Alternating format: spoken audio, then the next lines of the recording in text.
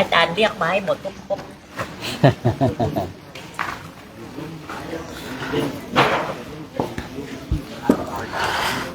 เหลืออีก3 นาทีเนาะหลังจากนี้8:50นะก็ตอนเย็นอาจจะได้ฟังเสียงธรรมจักรแปลนะแล้วก็มหาสมัยธรรมจักรอาทิตย์อนัตแล้วก็อาทิตย์บนกลับมาที่มหาสมัยนะใครเจอช่วงจังหวะมหาสมัยก็นานหน่อยนะใครเจอช่วงรอบของอาทิตย์ก็ง่ายหน่อยสบายหน่อยอนัตก็ง่ายนิดนึงเนาะอันนี้ก็ว่ากันไปนะว่ากันไปในวันนี้เองเนาะเพราะว่าที่นี่เขาก็จะมีงานด้วยเนาะมีงานศพนะแต่เราก็ใช้เส้นพื้นที่ตรงนี้ไม่นานเนาะของไงเนี่ยโอ้เมื่อคืนได้ข่าวว่ามาไม่เห็นสาธุนะ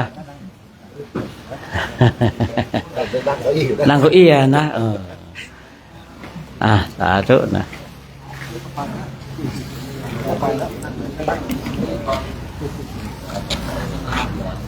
ในวันนี้เองเนาะโยมเนาะโยมกาญจนาหรือว่าโยมแดงเนาะได้ร่วมเป็นที่ได้เป็นเจ้าภาพพระไตรที่ถวายพระ5 ไตร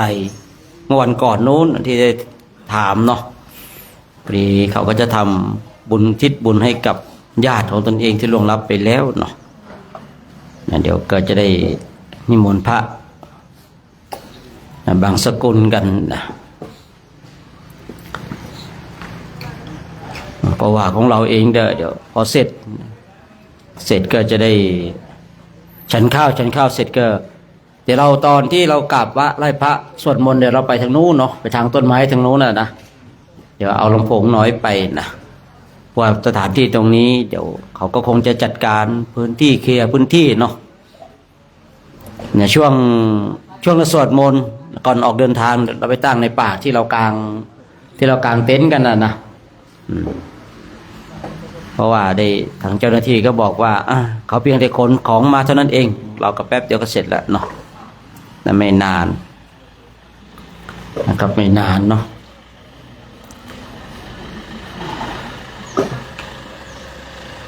พอเรามาในพักที่ป่าชานี่ก็รู้บอกแล้วเนาะเป็นสถานที่ที่เขาเอาคือเผาสรีระผู้ที่ไร้ลมหายใจไม่รู้หมดไปเท่าไรแล้วก็ไม่รู้เนาะแต่อยากดีมีจนร่ำรวยพระเถรเณรชีทุกคนนะหนีไม่รอดนะครับผมทุกคนต้องไปกันทุกคนจะไปช้าไปเร็วเท่านั้นเองนะจะไปช้าไปเร็วก็เท่านั้นเองฉะนั้นเราท่านทั้งหลายก็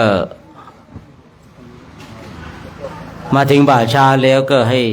ทบทวนให้ระลึกนึกถึงชีวิตของเราเนี่ยว่าชีวิตของเรานี่ผลสุดท้ายนะก็หนีไม่พ้นเหมือนกันเนาะถึงแม้ว่าเราจะเป็นพระนะแต่เขาว่าพระไม่ตายเขาว่าเนาะพระมีแต่มรณภาพขอพระไม่ตายนะเขาว่าพระมีแต่มรณภาพนะบางทีศัพท์เนาะบางทีศัพท์พูดเนี่ยนะบางทีไม่ศึกษาเลยบางทีมันก็จะงงได้นะ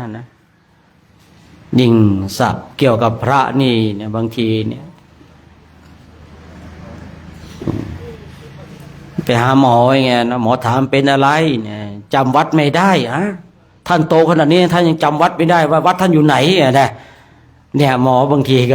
ก็เป็นเนี่ยนะไปหาหมอเป็นอะไรมาหลวงพ่อจำวัดไม่ได้นะนางพยาบาลก็งงเลยสิเนาะโอ้โหทำไมจำวัดไม่ได้วัดชื่ออะไรอย่างสมมติวัดดอยทิพย์นิมิตรในว่าจำวัดไม่ได้เงี้ยเนี่ยบางทีศัพท์พระเราเนาะศัพท์พระเรานี่เราก็ต้องมาญาติโยมจะต้องรู้เนาะบางทีญาติโยมไม่รู้เนี่ยบางทีผมเองนะชอบคือไม่ชอบติดเนาะว่าคุยกับโยมอาตมาเนาะโยมเอา อันนี้ให้อาตมาหน่อยนะโยมเขาก็จะคิดว่าเราเชื่ออาตมานะบางทีนะเอานั้นให้อาตมาหน่อย ฝ่ายหันใหญ่แล้วบางทีนะสัพพระเนาะการศึกษาฉะนั้นก็สำคัญเนาะเอาละคงจะพร้อมแล้วเนาะพร้อมเดี๋ยวเราก็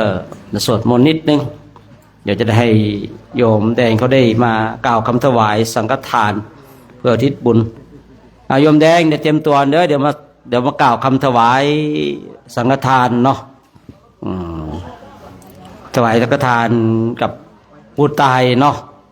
พระจะได้ชักบางสกุลเนาะเดี๋ยวเราสวดมนต์กันนิดนึงเตรียมตัวไว้นะเตรียมตัวไว้เดี๋ยวสวดมนต์นิดนึงก่อนเนาะ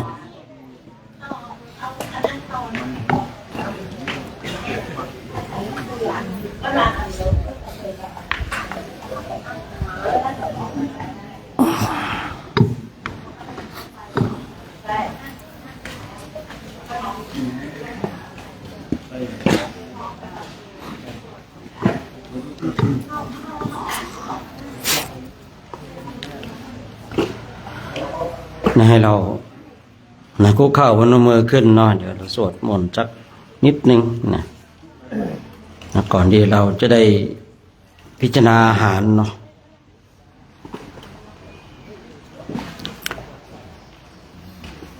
โยโสภะคะวาอะระหังสัมมาสัมพุทโธสวากขาโตเยนะภะคะวะตาธัมโมสุปฏิปันโนยะสัพพะคะวะโตสาวกสังโฆตัมมายังภะคะวันตังสัทธัมมังสสังฆังเอเมหิสการะหิทาระหังอาโรปิเตหิอาภิปุชยามาสาธุโนพันเตภะคะวะสุจิราปรินิพุตโตปิปัจฉิมาชนะตานุกะปะมานาสาเอเมสการะทุกขตาปัญนาการะภูเตปฏิคันหาตุอัมหากังทีคารตาหิตายาสุขายาอะระหังสัมมาสัมพุทโธภคะวาพุทธังภคะวันตังอภิวาเทมิสวากขาโตภะคะวะตาธัมโมธัมมังนัมสสามิสุปฏิปันโนภะคะวะโตสาวกสังโฆสังฆังนะมามินั่งพับเพียบกันนะ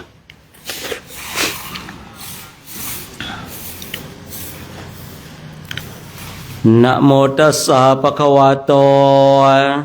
อะระหะโตสัมมาสัมพุทธัสสะนะโมตัสสะภะคะวะโตอะระหะโตสัมมาสัมพุทธัสสะนะโมตัสสะภะคะวะโตอะระหะโตสัมมาสัมพุทธัสสะพุทธังสรณังคัจฉามิธัมมังสรณังคัจฉามิสังฆังสรณังคัจฉามิตุติยมปิพุทธังสรณังมังสารนังคัจฉา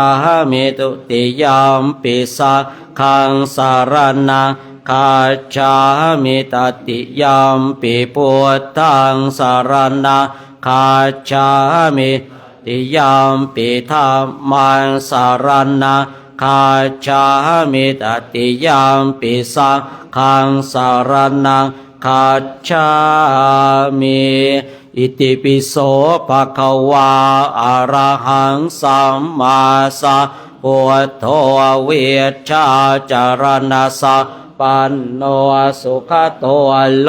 กวิทูอนุตตโรปุริสัทธามาสารติสัทธาเทวมนุษย์สานังพุทโธภควติสวากขาโตภควตาธัมโมสันติทิโกอากาลิโกเอหิปัสสิโกโอปานายิโกปัจจัตตังเวทิตาภวเวโยเหติสุปฏิปันโนภควโตวากสังโฆชุปฏิปันโนภควโตสาวกสังโฆยะปฏิปันโนภควโตสาวกสังโฆมีจิปฏิปันโนภควโตสาวกสังโฆ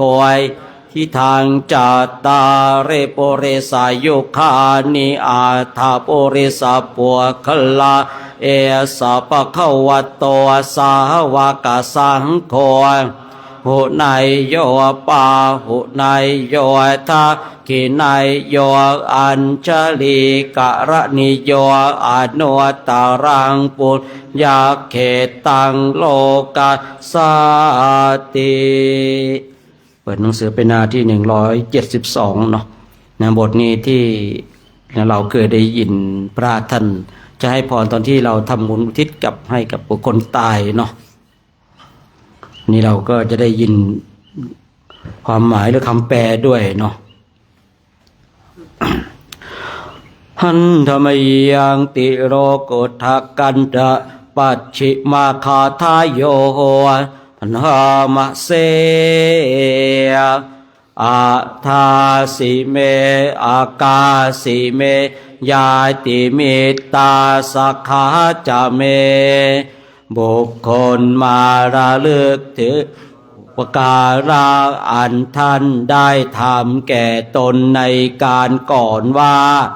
บัดนี้ผู้นี้ได้ให้สิ่งนี้แก่เราผู้นี้ได้ทำกิจนี้ของเราผู้นี้เป็นญาติเป็นมิตรเป็นเพื่อนของเราดังนี้เปตานังทักขินังทัจจาบุพเพกตมนุสรังก็ควรให้ทักษิณาทานเพื่อผู้ที่ละโลกนี้ไปแล้วนาหิรุณนังวาโสโกวายาวัญญาปริเทวนาการร้องไห้ก็ดีการเศร้าโศกก็ดีหรือการรำไรรำพันอย่างอื่นก็ดีบุคคลไม่ควรทำที่เดียวนาตังเปตานามัฏฐายาเพราะว่าการร้องไห้เป็นต้นนั้นไม่เป็นประโยชน์แก่ญาติทั้งหลายผู้ละโลกนี้ไปแล้วเอวังติทันติญาตโยญาติทั้งหลายยอมตั้งอยู่อย่างนั้นอายัญจะโคทักขินาทินนาก็ทักษิณานุปาทานนี้แลอันท่านให้แล้วสังฆัมหิสุปฏิทิตาประดิษฐานไว้ดีแล้วในสงฆ์ทีคารตังหิตยาสถานาโสอุปกัปปติย่อมสำเร็จประโยชน์เกื้อกูลแก่ผู้ละโลกนี้ไปแล้วนั้นตลอดกาลนานตฐานะโสยติธรรมโมจะยังนิทัสสิโตญาตินี้นั้นท่านได้แสดงให้ปรากฏแล้วเปตานะปูชาจักตาอุลาลาและบูชาอันยิ่ง ท่านได้แล้วแก่ญาติทั้งหลายผู้ละโลกนี้ไปแล้วภารัญจาภิกขุนามโนปทินนังกำลังแห่งภิกษุทั้งหลายชื่อว่าท่านได้เพิ่มให้แล้วด้วยตุมมาเฮหิปุญญังปัสสุตังอนาปกันติบุญไม่น้อยท่านได้ขวนขวายดังนี้แลสาธุเนาะเดี๋ยวได้โยมเข้ามาถวายเนาะกล่าวคำถวายสังฆทานอุทิศบุญให้กับบุคคลที่ล่วงลับไปเนาะมีพระไตรโยมแดงนะ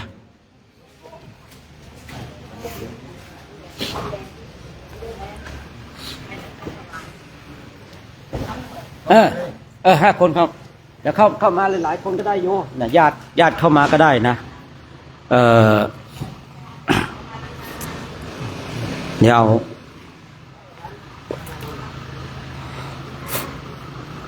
ยวกล่าวคำถวายด้วยเนาะ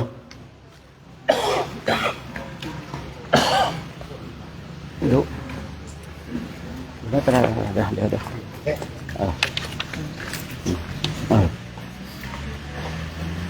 นี่ถวายสังฆทานแล้วกันเนาะเดี๋ยวพาไอ้โยมข้าวนะได้ก็ได้อยู่นะนี่หนังสืออยู่นี่ในหนังสือเดี๋ยวแป๊บนึงพระสมเกียรตินะอยู่ในพระสมเกียรติมารูปแรกเอาผ้าที่สิทธนะมาด้วยเนาะยืนอยู่กลางเนี่ยเดี๋ยวให้โยมเขาถวายกับมือด้วยเนาะเดี๋ยวนิมนต์สงฆ์ชักบางสกุลแล้วก็ให้โยมเขาถวายผ้าไตรสมเกียรติแล้วก็พระวาเยินนะวาเยินนะฝรั่งสิฮะอาเยินฝรั่งบาเยินฝรั่งดูหน้าฝรั่งนั่นแหละหน้าเดี๋ยวทำวิดีโอตอนที่ถวายหน่อยได้ไหมไม่เอาผ้านิสีจะออกมาพระปู่นั่งเอามาป่ะผ้านิสีเอามาหรือเปล่าบอกให้เอามาด้วยเอางงพอฝรั่งคุยไทยไม่ค่อยรู้เรื่องนะยังไม่ออกมาสักทีอยากเห็นพระวงต่อองค์รูปที่3เนาะพระแสงพระภูมิก่อนนะภูมิพระแสงตั้งตามระดับเลยเนาะเอาเดี๋ยวช่วยนั่นละมาเยินดูจมูกก็รู้นะฮะนะจะหยุดดูจมูกแป๊บอย่างนี้แล้วประเทศไรนือดูดีนะจะเดี๋ยวเอาไอ้เนี่ยเดี๋ยวให้พระแถวนั้นนะช่วยกันบางสกุลสักหน่อยหนึ่งเดี๋ยวนะเดี๋ยวก่อนพระอาจารย์ต้องเอาน้ำกรดมาไหมเดี๋ยวไว้ตอนที่ให้พรทีหลังเลยดีกว่านะฮะไม่ต้องก็ได้เอาฝั่งโน้นเอาฝั่งโน้นนั่นตรงนั้นกันเดี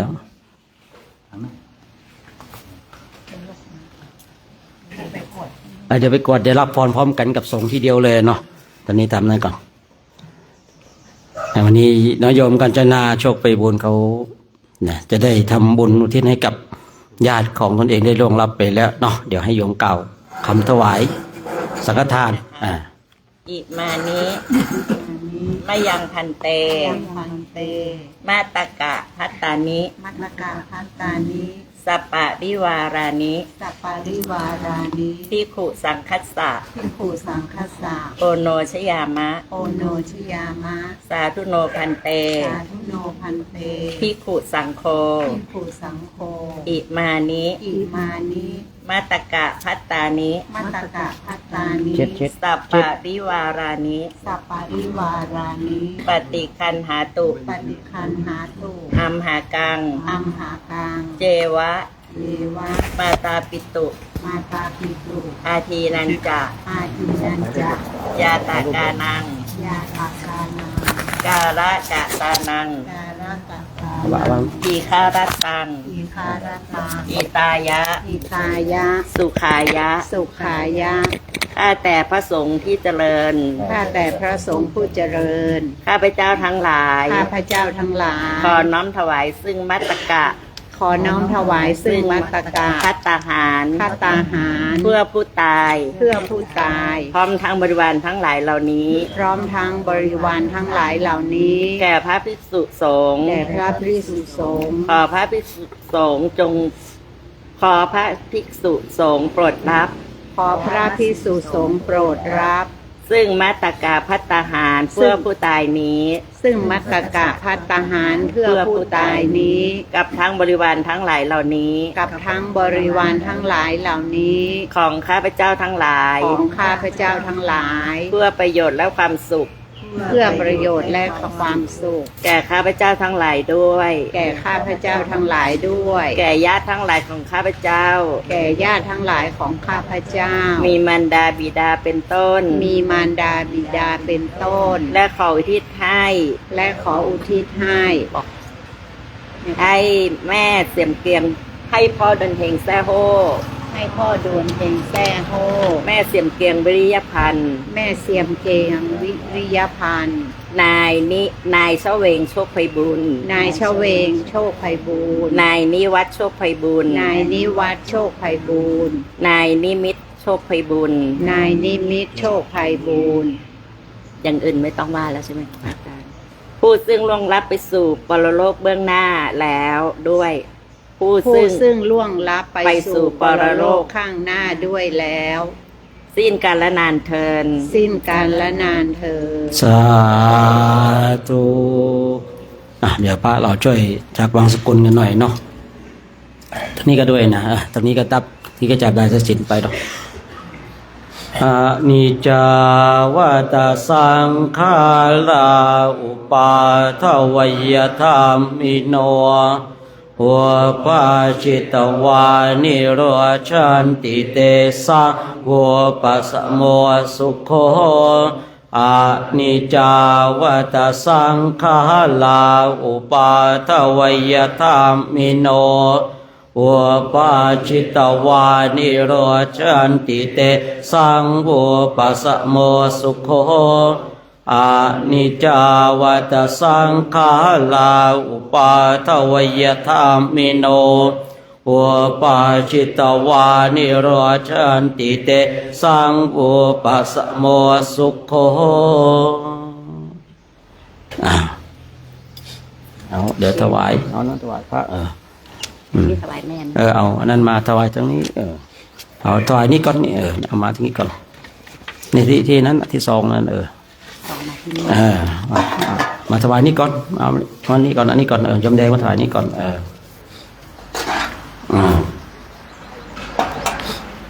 เดี๋ยวไปตรงโน้น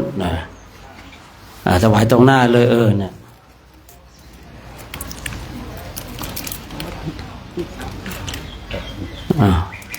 สาธุ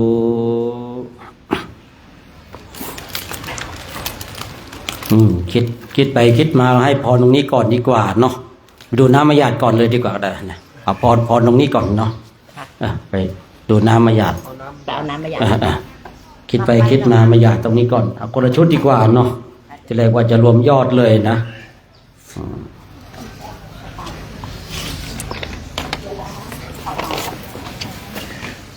เป็นไงบ้างปีนี้ลำไย ลำไยดีแต่แย่ ลำไยดีแต่ราคาแย่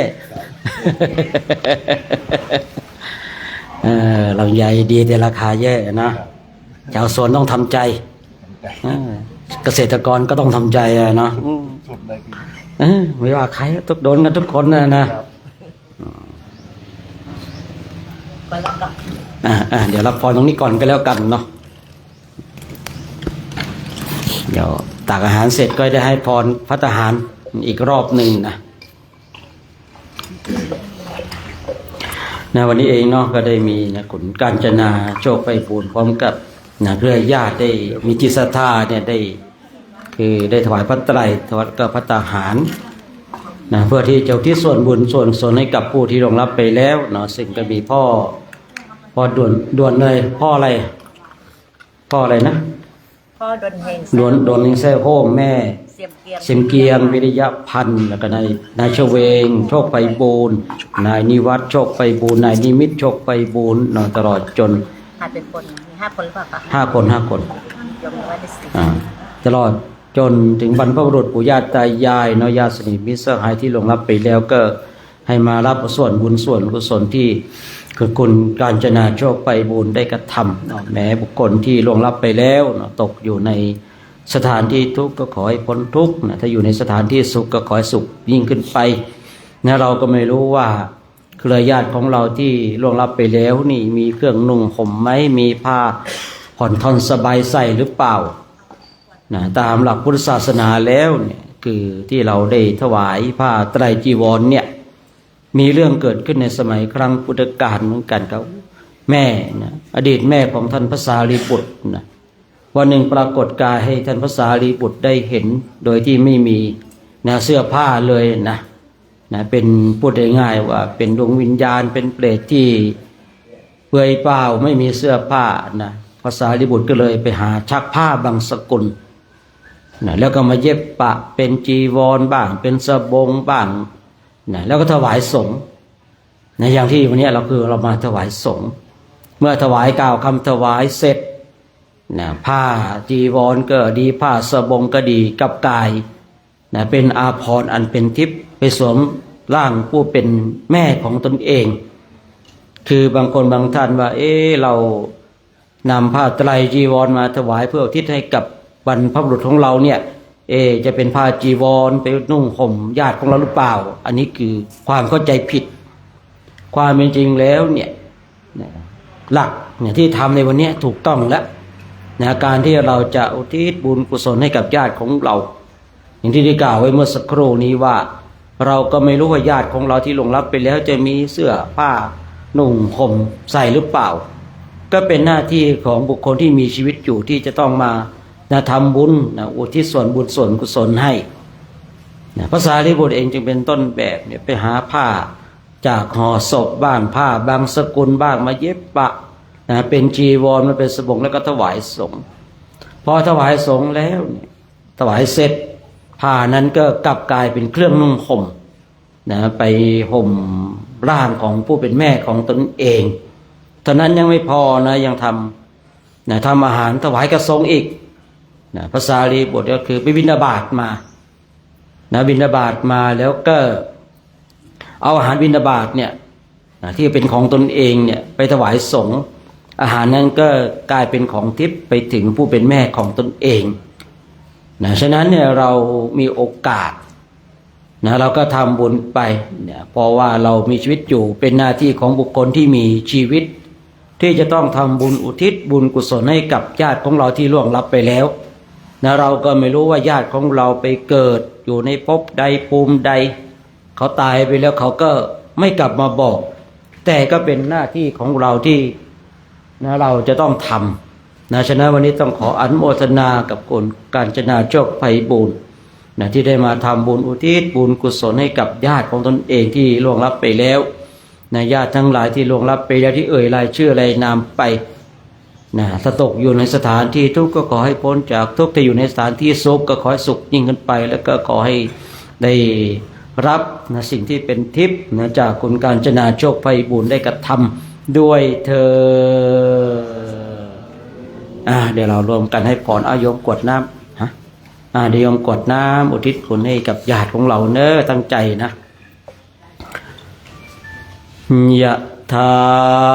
วาริวหาปุราปาริปุเรนติสาครังเอวะเมวะอิโตทินังเปตานังอุปกปเตอิชิตังปัจฉิตังตุมหังกิปะเมวัสสมิจจันตุสัพเพปุเรนตุสังกัปปาจันโทปนะระโสยถามณีโชติระโสยถาติโยวิวาจันตุสาหาโรโค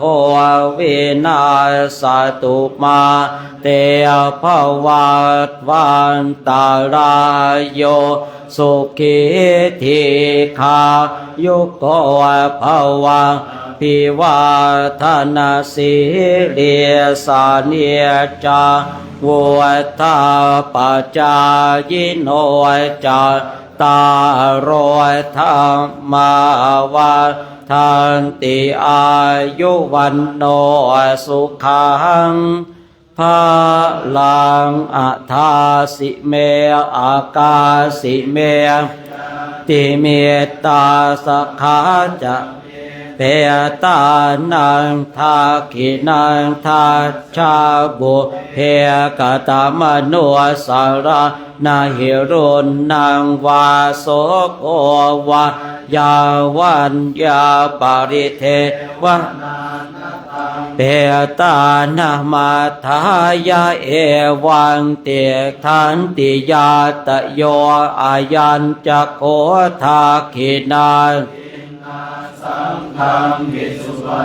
ทิตาทิคาราตังหิตายาสถานาโสอุปกาปฏิโสยาติธรรมโมจะอายังนิทาสิโตเปตานะปุจจักตาอุลาลาปารัญจะปิโคนามโนปาทินังตุเหหิปุญญังปัสสุตังอนาปกันเตภวตุสาภมังคารังลักตุสาปเทวตาสาปพุทธานุภาเวนัสธาโสติภวันภวตุสาภมังคารังรักขันตุสาปเทวตาสาปนุภาเวนัสธาโสทิภวันตุเตภวตุสาภคาลังราขันตุสาปเทวตาสาปคานุภาเว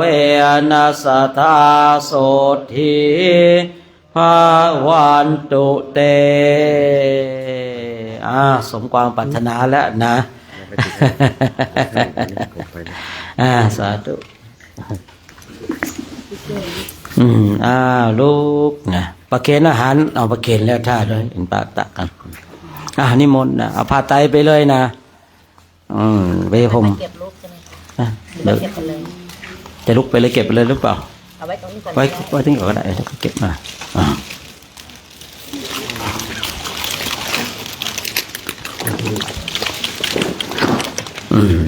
ไปห่มเดี๋ยวนี่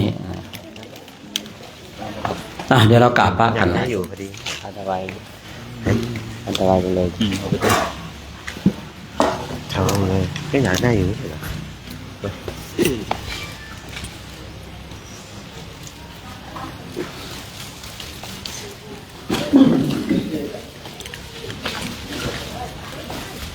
อะระหังสัมมาสัมพุทโธภะคะวาพุทธังภะคะวันตังสะภิวาเทมิสวากขาโตภะคะวะตาธัมโมธัมมังนามัสสามิสุปฏิปันโนภะคะวะโตสาวกสังโฆสังฆังนะมามิครับผมวันนี้กลุ่มไหนนี่3 กลุ่ม 4 3กับกลุ่ม 4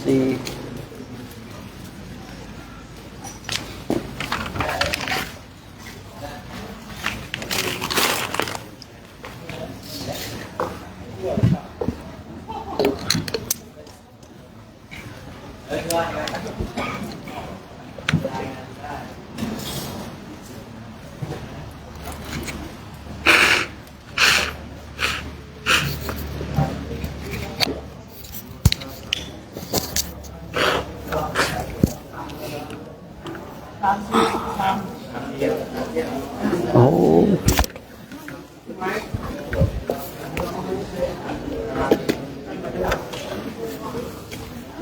วันนี้ญาติโยมเนาะเดี๋ยวเราก็จะได้ร่วมอนุโมทนาบุญกันตักภัตตาหารกัน นะตักประทานนะเดี๋ยวอยู่รับพรอีกรอบเนอะเดี๋ยวพระท่านยังให้พรอีกรอบหนึ่งอยู่นะ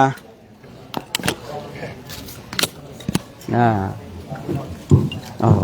โมทนาญาติโยมกันเนาะวันนี้ใครจะทำถ่ายรูปพระตักอาหารก็ถ่ายได้เด้อ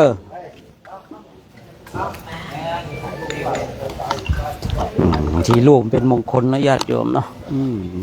รูปเป็นมงคลแห่งชีวิตเนี่ยบาทเราอยู่ไหนเนี่ยหมุนรอบเลยนะ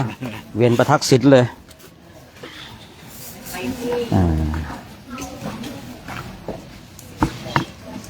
ใครจะมาถ่ายรูปพระตักอาหารก็ได้นะนั่นแหละ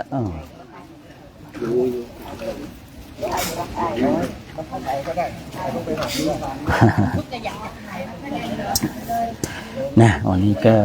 มาพักที่นี่ก็เลยคึกคักโยมก็ทำบุญ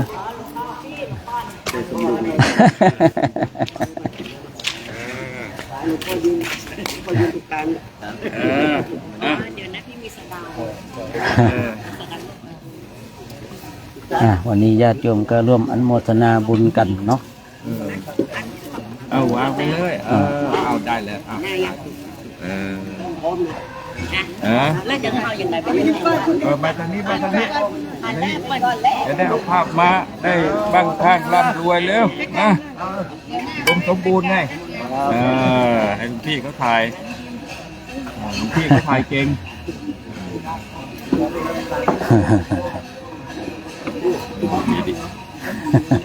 ดีถ่ายดีนะไม่เป็นไร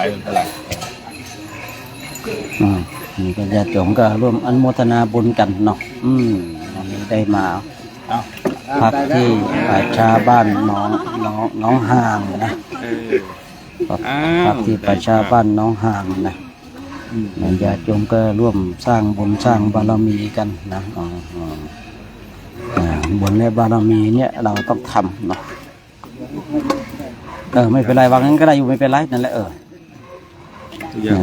มะเขือไม่เด็กๆปากขามึงนะมะเขือหายากเขาหายากจะ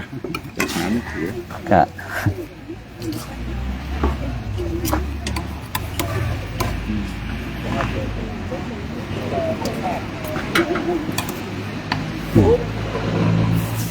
ญาติโยมทุกคนก็ร่วมอนุโมทนาบุญกันนะบุญนะเป็นส่วนที่เราพึงอนุโมทนาเนาะการอนุโมทนาบุญในส่วนที่เป็นบุญเป็นกุศลเราก็ได้บุญกุศลเนาะบางทีเราก็คือกลัวนะกลัวการอนุโมทนาบุญจะได้บุญไหมเนี่ยนะเสลียมนะ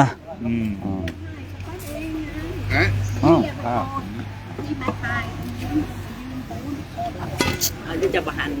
ย้อนแสงเดี๋ยวไปเอาข้าวไปไว้ตรงนู้นไปข้าวด้วยเอาหม้อข้าวนี้ด้วยเอาไปทางนู้นเด็กเขาจะได้เห็น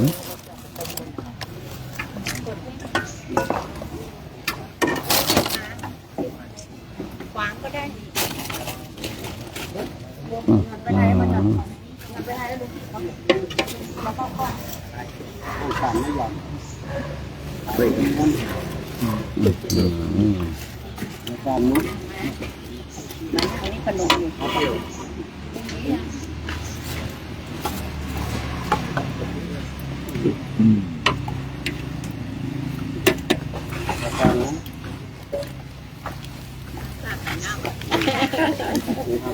ประแดงปัญญารถเครื่องเติบสู้ได้แต่เราใส่ประแดงร้อนนะไปลอง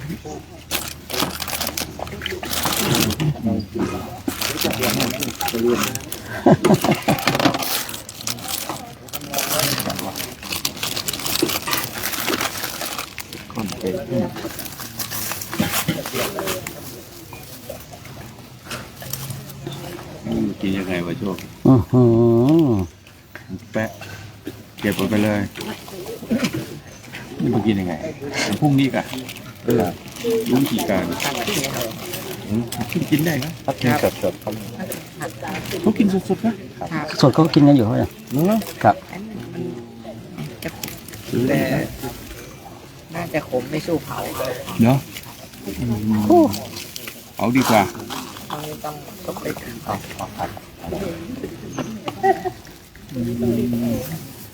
เพิ่งเคยเห็นน้องมีสติ๊กเกอร์รูปน้อยเด็กหมีน้อยด้วย เดี๋ยวพวกนี้ของเปล่าเราจะไม่ขอโทษ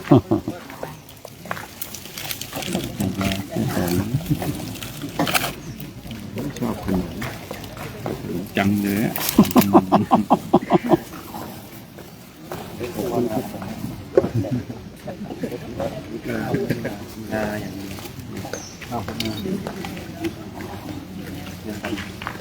อืม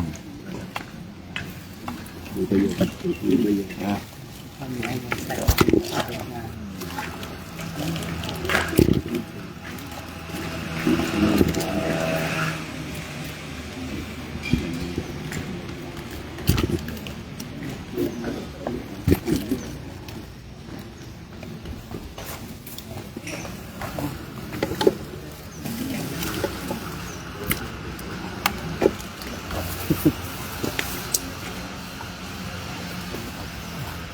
อ้าว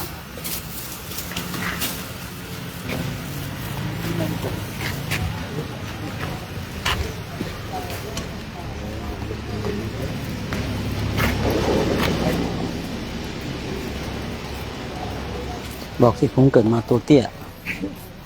จมูกดำด้วยทองแดงจมูกดำแล้ว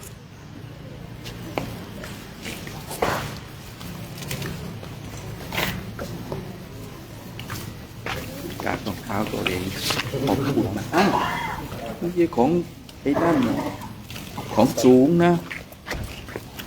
เบื้องบนแต่พื้นเท้าขึ้นมา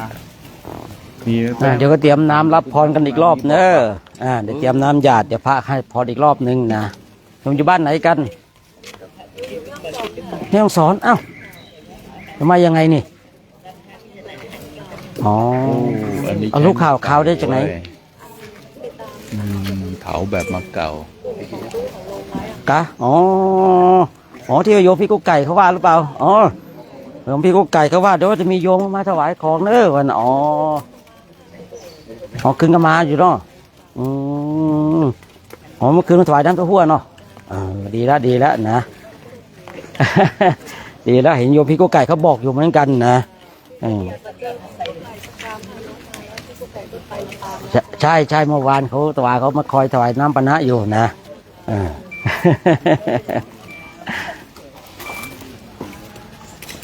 นิมนต์เด้อฉันน้อยไม่มีแรงเดินนะครับผม บ่ายเดียวนะแรงนะเนี่ยสีจะไปให้เป็น ตาวิญญาฉันเยอะนะ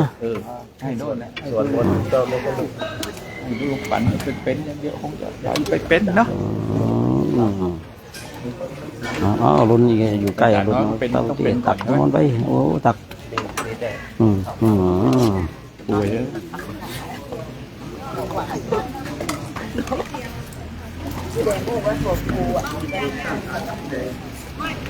เนี่ยนะเริ่มนะ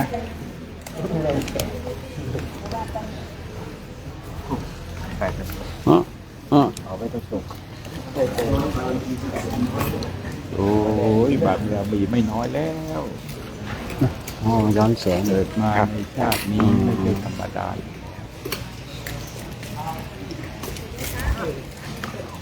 ญาติโยมวันนี้ก็เห็นเนาะขณะพระพิสุสงฆ์เนี่ยลูกใครหลานใครบ้างก็ไม่รู้เนี่ยจำหน้าลูกหลานตัวเองได้หรือเปล่าไม่รู้ออกจากวัดก็หน้าขาวนะตอนนี้สึกหน้าดำกันไม่รู้สึกว่าดำเลยแล้วนะออกจากวัดก็หน้าขาวอยู่นะ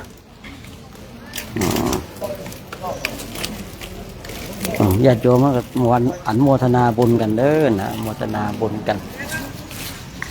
โอ้ว่าดีท่านพระอาจารย์ดร.สะอาดเนาะ เข้าชมพอดีเลยเนี่ยเห็นมนต์เมืองเหนือเนี่ยนะอันนี้ผมอยู่ที่นี้แล้วนะท่านอาจารย์ด็อกเตอร์นะได้ไปพักที่วัดของท่านวัดสวยงามมากเลยนะในวัดสวยงามมากนะสถานที่สัปยะนะคำว่าสวยงามคือสัปยะเหมาะสำหรับการเจริญภาวนา ก็วันนี้ก็เป็นวันดีอีกวันเนาะเมื่อวานก็เป็นวันดี โอ้ยวันนี้พี่น้องเมืองลี้มีจิตเมตตากับพระคุณเจ้าสูงส่งโอ้เนาะติดแอร์ให้11 องศาโอ้โอกาสที่จะได้มาได้มีโอกาสที่พี่น้องชาวเมืองลี้จะได้ติดแอร์ให้ขนาดนี้นี่ไม่หายากนะโอกาสที่หายากเหลือเกินเมื่อคืนพระคุณเจ้าก็เงียบเข้าที่พักแล้วเพราะว่าได้สาธยายมหาสมัยสูตร เมื่อคืนอัญเชิญเทวดามาโอ้ย10,000 โลกธาตุเนาะพระคุณเจ้าหลายๆรูปมีจิตเมตตาเป็น10,000 โลกธาตุพระคุณเจ้าที่มาเก่าๆเนี่ยโอ้3 ปี4 ปีเนี่ยโอ้ยดีใจเนาะดีใจเราไปภาวนากันถึงปีแล้วก็ไปภาวนากันมาร่วมปฏิบัติขัดใจตนเองขัดใจคนอื่นเนี่ยคนมาเก่าเปิ้นว่าบ่ดีมันคึดมันคึดก็คือบ่ดีก็แปลมันคึดแปลว่าจะได้ก็แปลว่าบ่ดีแล้วจะให้แปลยังไงต่อก็มันไม่ดีนั่นแหละเนี่ยนะขัดใจคนอื่นไม่ค่อยดีขัดใจตนเองสบายขัดใจไม่ตำหนิติเตียนผู้ใดขัดใจไม่อะไรกับใครๆนี่โอ้ยถือว่าสิ่งสูงสุดในชีวิตแล้วพระอริยบุคคลตั้งแต่พระโสดาบันขึ้นไปเปิ้นขัดใจของเปิ้นดีนะเปิ้นขัดใจของเปิ้นสะอาดมีภาพศิลปินที่เนปาลภาษาอังกฤษก็ว่าเนปาลนะพอมาถึงบ้านเราเป็นปานประเทศมีปานถ้าความหมายนะประเทศเนปาลเขามีภาพพระตามช้างเริ่มต้นนี่นะช้างมันตัวดำนะตัวดำช้างก็คือจิตใจท่านก็พระท่านก็ตามไปควบคุมช้างไปช้างก็ค่อยๆขาวไปทีละหน่อยละหน่อยละหน่อยเหมือนกับว่าอริยบุคคลจิตใจก็บริสุทธิ์ไปเรื่อยๆก็เรียกว่าขาวเป็นบริสุทธิ์ไปศิลปินเขาก็วาดเป็นรูปผมนะเป็นรูปผมตามช้างแต่งตัวเป็นแบบพระทิเบตเอายังไงก็เอานะปียังไม่ได้ไปเนปาลนะไปเนปาลแล้วก็ค่อยว่ากันอีกทีถามว่าปีนี้ไปไหมไปกะเนาะเพราะว่าในโบชัวในประชาสัมพันธ์บอกว่าไปอินเดียเนปาลไม่ได้บอกว่าไปถึงกัฐมันดุไหมไม่ได้บอกเนาะ ไม่ได้บอกว่าไปถึงกัดมันดุปีนี้ไม่ไปเนาะกัดมันดุเอาแค่สังเวสี แล้วก็ไปถึงสถานที่ ไปถึงสถานที่ที่แสดงเมื่อคืนพระคุณเจ้าเห็นท่านพระอรุณพระเก่าเป็นต้นเนาะได้ทำการสาธยายนะมหาสมัยป่าใหญ่ถ้าคำนวณเมืองกรุงกบิลพัสกับสมัยก่อนโอ้โหไกลกันมากคำว่าป่ามหาวันทุกที่ในพระสูตรที่ในเมืองเวสาลีนี่จะมีที่ว่าเข้าป่ามหาวันหรือวัดป่ามหาวันวัดตรงนั้นเป็นมีต้นไม้ใหญ่ๆแบบใกล้ๆในป่าช้าเนี่ยที่ป่าช้านี่แล้วก็เป็นป่ามหาวันเหมือนกันต้นไม้ใหญ่มีพระท่านถามว่าทำไมที่ป่าช้านี่ต้นไม้มันถึงใหญ่คนเขาไม่ตัดไม่โค่นมันโอ้ยมีเทวดารักษาคนตัดไม่ได้ถ้าคนตัดมันก็จะเอาถึงตายเขาฆ่าเนี่ยเหมือนกับพระวินัยของพระเราเนาะพระวินัยของพระเราที่บอกว่าห้ามภิกษุพรากของเขียวนะไปตัดต้นไม้เขาสิเทวดาเขาไปอาศัยอยู่โอ้ยไปมือไปตัดไปโดนแขนลูกเขาโกรธเทวดาโกรธเทวดารุกขเทวดาท่านก็เลยโกรธจะทำร้ายถึงขนาดฆ่าพระแต่อดใจต้องไปบอกพระพุทธเจ้าดีกว่าว่าการกระทำของพระเนี่ยไม่เหมาะไม่สมท่านก็เลย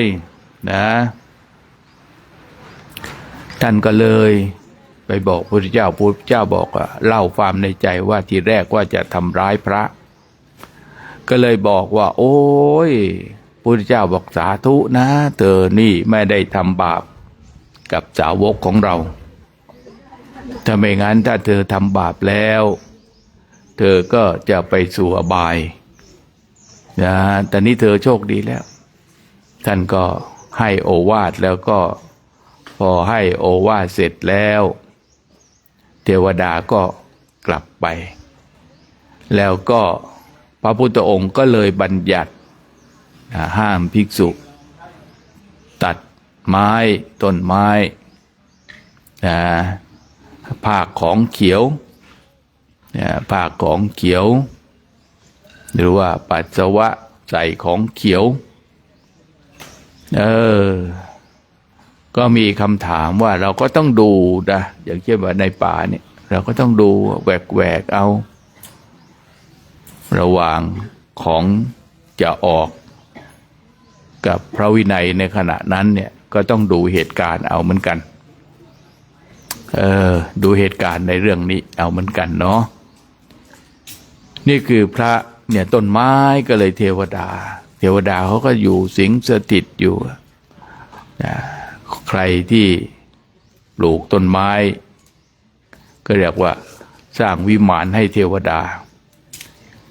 เมื่อปลูกสร้างวิมานให้เทวดาแล้วเราก็อยู่สุขสบาย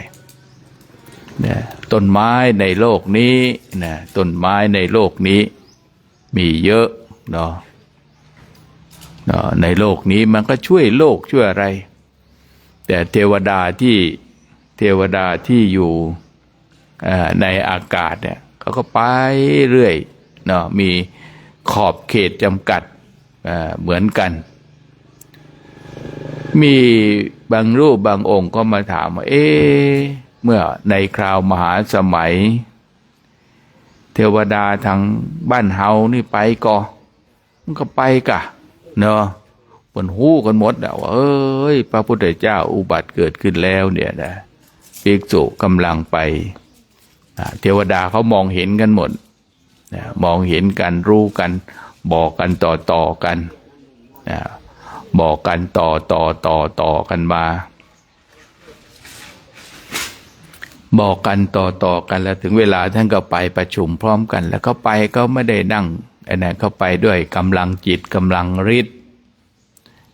กำลังจิตกำลังฤทธิ์ไปกำเดียวไปอินเดียเทวดาเขาไปอินเดียไปกำเดียวไม่ใช่ไป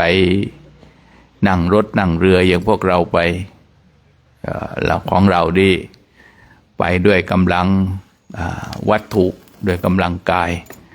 ก็ทำให้เราก็ต้องลำบากเทวดาแล้วก็เป็นเรื่องที่ทำให้เรานั้นได้ต้องศึกษาอีกภพภูมิหนึ่งในมหาสมัยสูตรเนี่ยเราจะได้ศึกษาเรื่องของภพภูมิคนเรานี่ตายแล้วไม่ได้มีดับศูนย์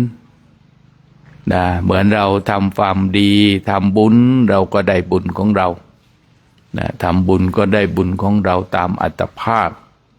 กำลังของบุญบุญเนี่ยก็ที่เราจะทำได้น้อยได้มากเนี่ยมันก็อยู่ด้วยจิตใจเป็นส่วนสำคัญ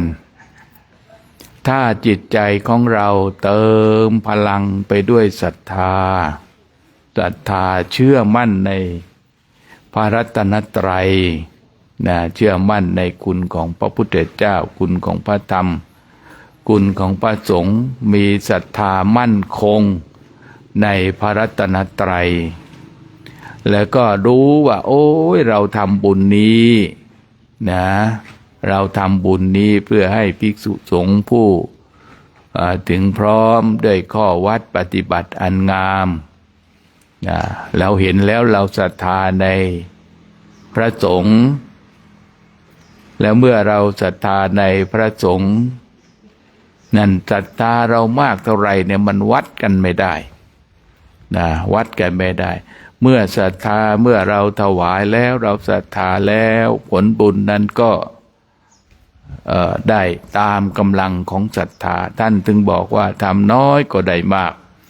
ทำมากก็ได้มากยิ่งขึ้นไปและก็มีคำถามอีกว่าบางท่านพวกนิครนนาถบุตรเนี่ยพวกนิครนหรือว่าพวกนักบวชนอกศาสนาว่าสมณโคดมเนี่ยคับแคบต้องทำบุญให้กับสาวกของพระองค์เท่านั้นถึงจะได้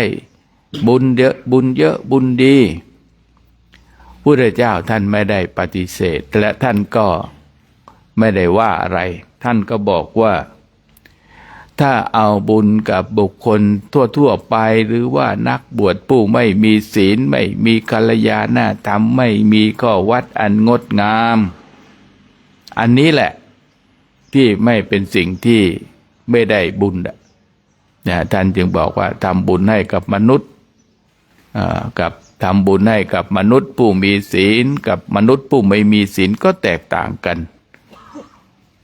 ทีนี้แล้วก็มีคำถามว่าแล้วทำบุญอุทิศไปให้กับผู้ตายให้กับคนข้างนอกหรือว่าเอาสมมติว่านักบวชนอกศาสนาอย่างเช่นว่าในปัจจุบันเราจะมีนักบวชในอินเดียเขาก็ทำบุญอุทิศให้เหมือนกันแต่ไปไม่ถึงเพราะไม่มีข้อวัดไม่มีศีลธรรมที่จะเป็นกำลังเพิ่มบุญให้ไปได้ให้แรงพอที่จะ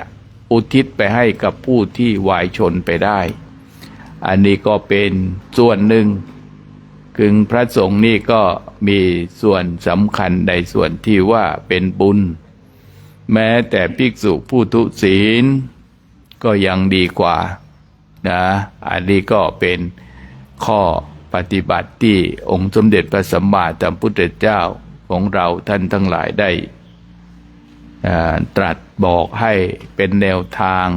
ให้คณะของบาศกบาสิกาด้วยพระคุณเจ้าด้วยได้เป็นข้อประพฤติปฏิบัติในการดำเนินชีวิตของตนเองให้ดียิ่งขึ้น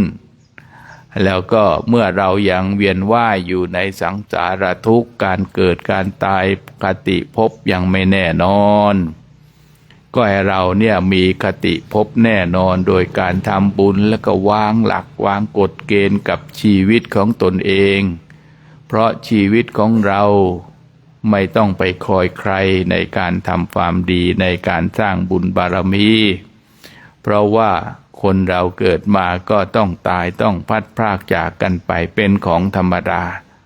ศีลธรรมพอมีโอกาสรักษาได้เราก็รักษาทานบารมีทำได้เราก็รีบทำก็เพื่อที่จะได้บังเกิดผลคือความสุขความสงบความร่มเย็นบังเกิดขึ้นกับตัวของเราท่านทั้งหลายเนอะและให้ท่านทั้งหลายได้รับพรจากพระเจ้าพระสงฆ์กันอีกครั้งหนึ่งนะเพื่อที่จะได้มีความสุขความเจริญความปรารถนาในสิ่งที่ตนเองได้หวังได้ปรารถนาได้หวังเนอะและก็เมื่อเรารับพรแล้วก็ให้เราระลึกแสดงถึงความกตัญญูกตเวทิตาก็คือบุคคลผู้มีพระคุณที่ท่านได้วายชนไปแล้วนะที่ได้วายชนก็คือตายได้ตายไปแล้วก็ได้ให้ระลึกนึกถึงญาติผู้มีพระคุณคือบิดามารดาเป็นต้นแล้วก็หมู่ญาติผู้มีพระคุณในชาติปัจจุบันแล้วก็ในชาติในอดีตแอนที่ว่าตายเก่าเน่าเหมินบอกว่าจะเป็นต่อเจนใดเจนใดก็ขอให้เราท่านทั้งหลายได้ระลึกและอุทิศบุญกุศลไปให้นะ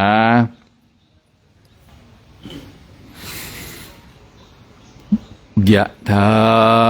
วาริวาหาปุราปริปุเรนติสาครังเอวเมวะอิโตจินังเปตานังโอปกปติอิชิตังปฏิตังตุมหังคิปะเมวะสบิจตุสัพเพปุเรนตุสังกปาจันโทปนรสโสยถามณิโชติระโสยถาสัพพิติโยวิวัชชันตุสัพพะโรโควินาศสันตุมาเตวันตรายโยสุขีทีคายุโกภวะอภิวันจันทสิลิสานิวุฒาปัจจา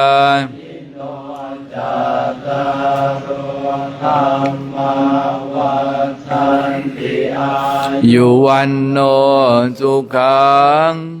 พลังอายุโตอัมพลโตอันเทียมวันนาโตอัมปฏิภาณโตอันสุขันสัตตานเมตาวินสุขังโสอธิการจติอายทานสวามพลังวันสุขันจะปฏิภาณโตทิ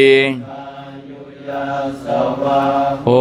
ติยานทายานตุปปาจติติมภวตุสัพพมังคลังสัพพพุทธานุภาเวนัสสะโสติภวันตุเตรักขันตุสัพพเทวตาสัพนัสสะโสติภวันตุเตภวตุสัพพมังคลังรักสัพพสังฆานุภาเวนัสสะโสติภ ภาวันตุเตหันธมยังตาตุปฏิกุลปินทปาตังพนามาเส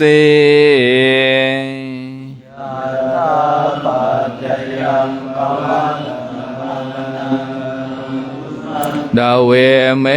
ตังยานติทางปินทปาตัวกะคุกะกุญชะโกจะปุกะโลทาตุมัตตะโก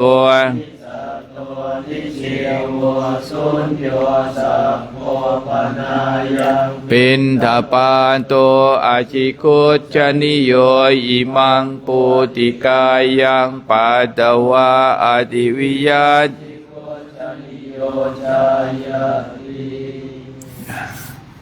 สาธุสาธุนิมนต์พระคุณเจ้าพิจารณาอาหารญาติโยมทานข้าวทานน้ำกันนะข้าวน้ำโภชนาอาหารพระคุณเจ้าพิจารณาแล้ว ก็พอดีเนาะวันนี้ก็พอแล้วญาติโยมที่เหลือนั้นก็เอาไปแจกจ่าย